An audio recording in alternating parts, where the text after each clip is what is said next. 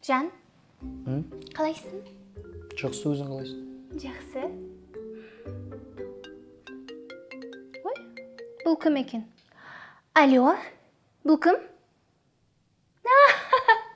Берік, қалайсың? Сен менің телефонымды қайдан алдың? А? Ертең? Кешке? Сенімен? Бірақ мен жігітім бар ғой.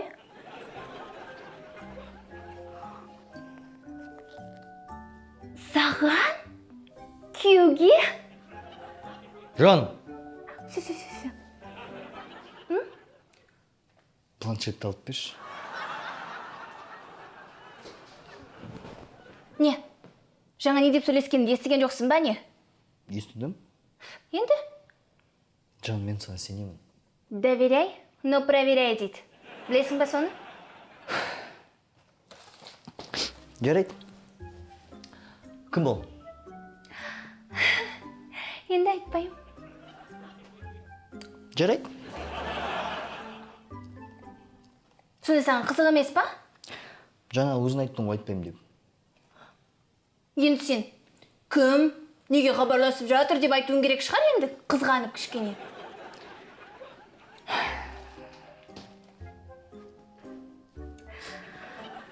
Жаңа ғана кім? Кіммен сөйлестің?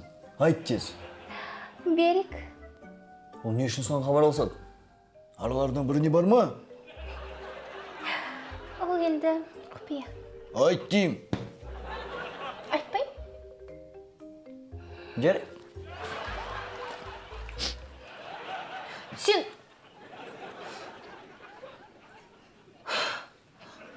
Жарайды. Мен онда Берікпен кездесуге кеттім. Берікпен! Тоқта! Мынаны ала салшы.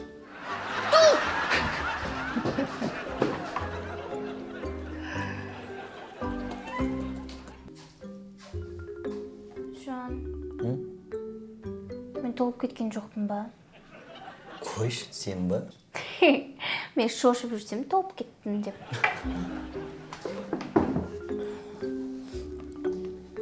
Неа?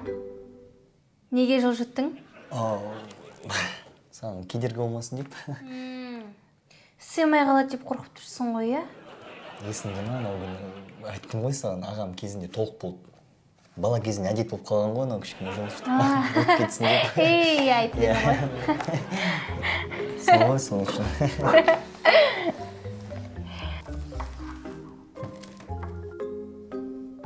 Неге олай қарадың? Нан жеп толып кетеді деп тұрсың ғой, иә? Жоқ. По идее, өзім жегім келіп кетті. Шын айтсам, кішкене өзім салмақ қосайын деген ғой мен. Бағана бәрі сөйтіп етпесің бе?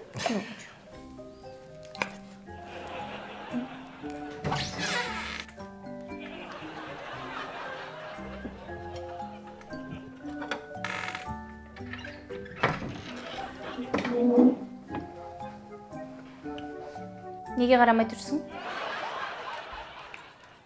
Толық болғаныма қарау қиын болып тұр ма? Шаршадым. Я, кет!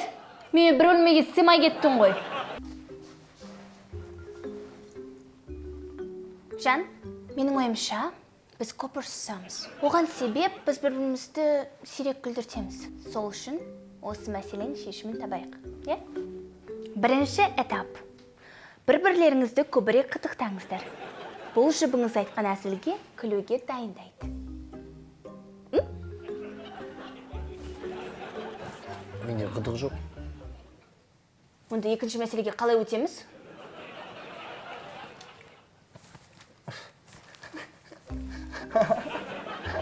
Бар екен ғой.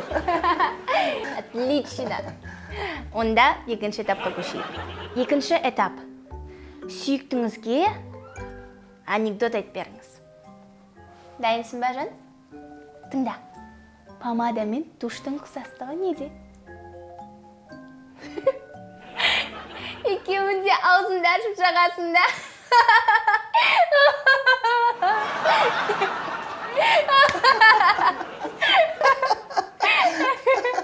күлкі екен.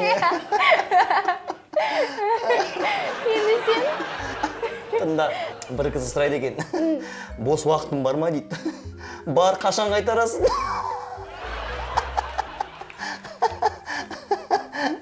Күлкілі емес. Қойш, нормально ғой. Сенің приколдарың осы бір түрлі. Ой, сенікі прям күлкілі. Сонда не? Бағана өтірік күліп тұрсың ба не? 200-ді. Мен саған жүрегімді ашып айтып тұрсам, сен мен жүрегіме қанжарды алдың да қададың. Неге жүрегіне? Ода қайда? Хотя бы аяғына. О жер ауырмайды дейсің ба? Şu енді, зато тірі қаласың. Жүректің жақсы ғой.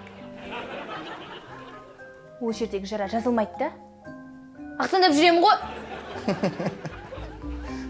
Шын, мынау енді күлкілі. Күлме. Ақсандап кетпедің бай.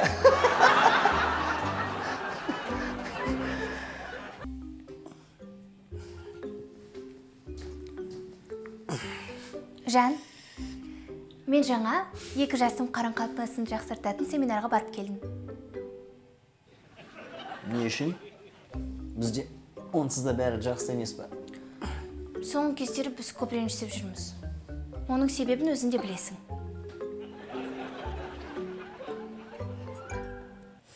Біз бір-бірімізден көп нәрсе күтеміз.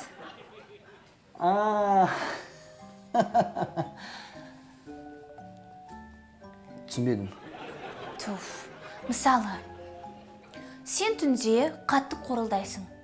Қорылдаған соншалық мен айырылысқым келіп кетеді. Бірақ түсінемін, сен еркексің. Және саған олай істеуге болады. Түсіндің ба? Енді сенің кезегің. Жүрші. Қойшы, мен телевизор жөндеп жатырмын. Қойшы ол жерді. Сосын істейсің.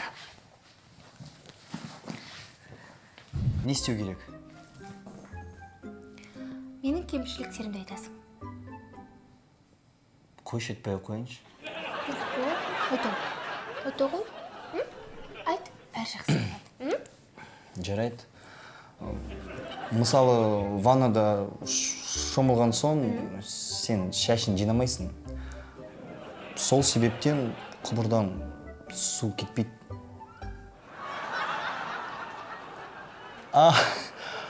Бірақ сенің шашын әдем болғандықтан толықтай құқығым бар, иә.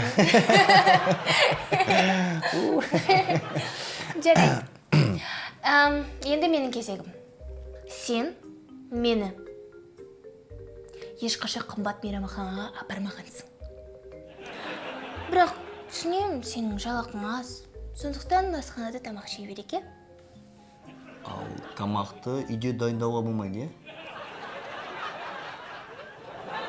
Сонда сен менің орным ас үйде деп тұрсың ба? Жоқ, жан, ас үйде ғана емес, залда да, жататын бөлмеде де. Не? Далада да бар. Сонда сен мен даланы қуып жатсың ғой, иә? Онда мен кеттім. Жоқ, жаным, тоқташ, сен дұрыстап түсінген жоқсың. Сен орның мен жүрегімде.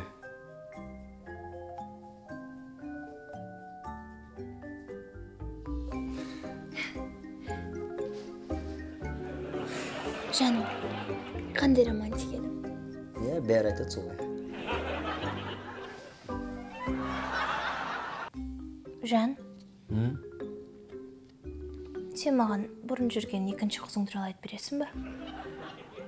Қойшы, керегіне саған. Есінде ма, анау бірінші қызың туралы айтқан кезде қалай ренжігенін? Ну, пожалуйста. Осы жол ренжімеймін. Точно. Точно ма? Жарайды анда. Мында. Ол қызбен біз бірінші рет ресторанда кездестік. Ресторан деген аты асхана ғой. Соны аты ресторан деймін. Сол қыз сосын равиолиға тапсырыс беріп, екеуміз. Равиоли. Не? Равиоли едім ба мен? Иә. Вареники ғой, кәдімгідей вареники. Соны тапсырыс беріп, екеуміз күтіп отырғанымыз. Сонда саған оның қай жерін айттың? бірінші кезекте оның үлкен андай көздері, мұрны. Иә, сол қыздың үлкен мұрны болатын. Мұрны. Байғы сол қызбен ешкім сөйлеспейтін шығар деп андай жаным ашып кетті да, сол қыздың қасына барып, қарындас, сіздің мұрныңыз маған өте қатты ұнады дедім да. Ал сен маған менің мұрным ұнайды деп ешқашан айтпағансың. Енді жаным ашыған соң болып айттым ғой енді. Сонда басқаларға жаның ашиды, иә? Ал маған жаның ашымайды. Не үшін ашу керек саған? Сен әдемісің, денің сау. Қайдан білесің менің денім сау екен? Мүмкін менің жаным ауыратын шығар. Мүмкін менің жаным мүгедек шығар, а? Жан ашиды саған.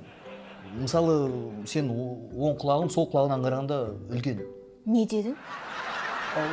Андай жаным ашығансың деп айтып жатырмын ғой енді. Жаным, кешірші.